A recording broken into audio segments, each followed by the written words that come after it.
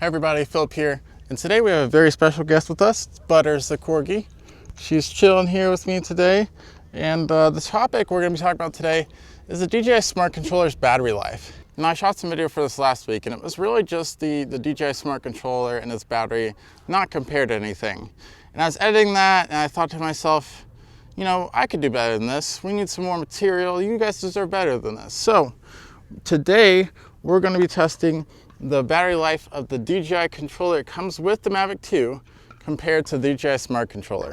Now I'm going to go ahead and get this set up so that we can start testing it.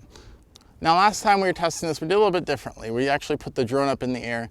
This time we're not going to be putting the drone up in the air.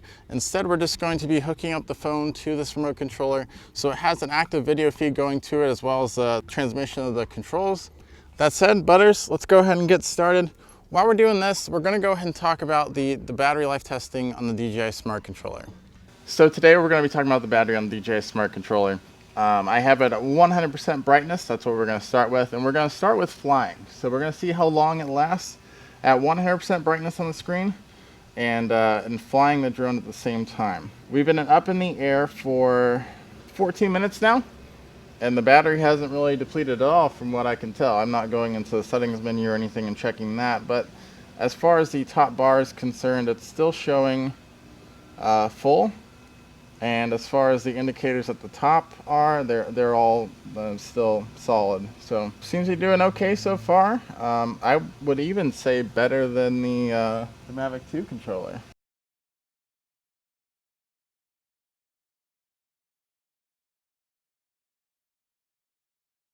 All right, so we're 3 batteries in. We're at 43%. It's been about an hour and a half. I'm now working with the partial battery, so I'm probably not going to be able to give you an accurate number of batteries it lasted, more just of a time that it took. But I'm going to go ahead and throw it up in the air, and we'll continue on.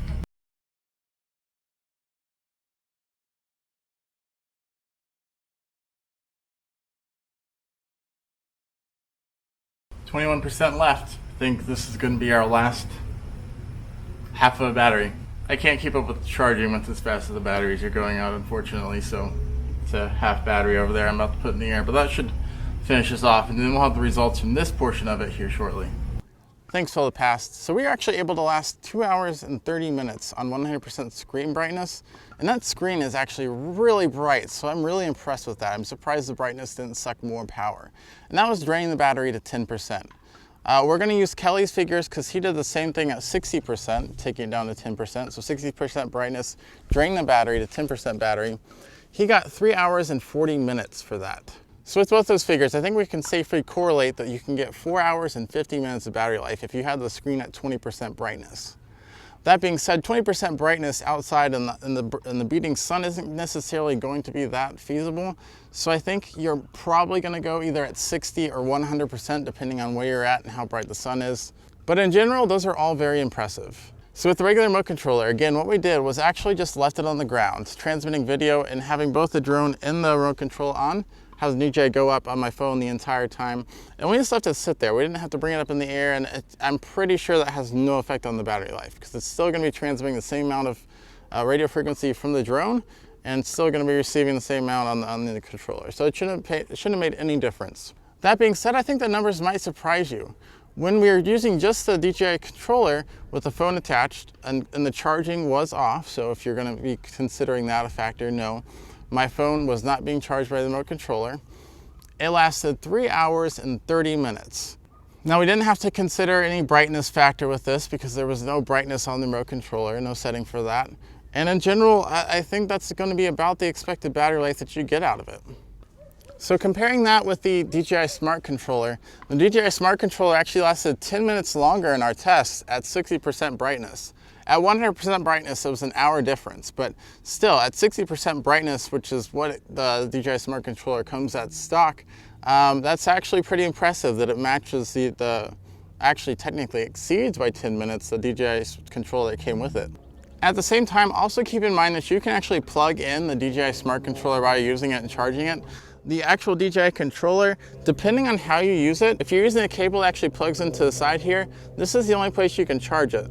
So only if you're plugging into the bottom here and then plugging into your device that way, then you could charge it here while you're using it. But if you're using it the standard way with the flat cable that attaches on the side, you actually can't charge it while you use it. Something else I noticed while testing this is that the alarm for the battery actually went off on 10% for DJI Smart Controller and 15% for this controller.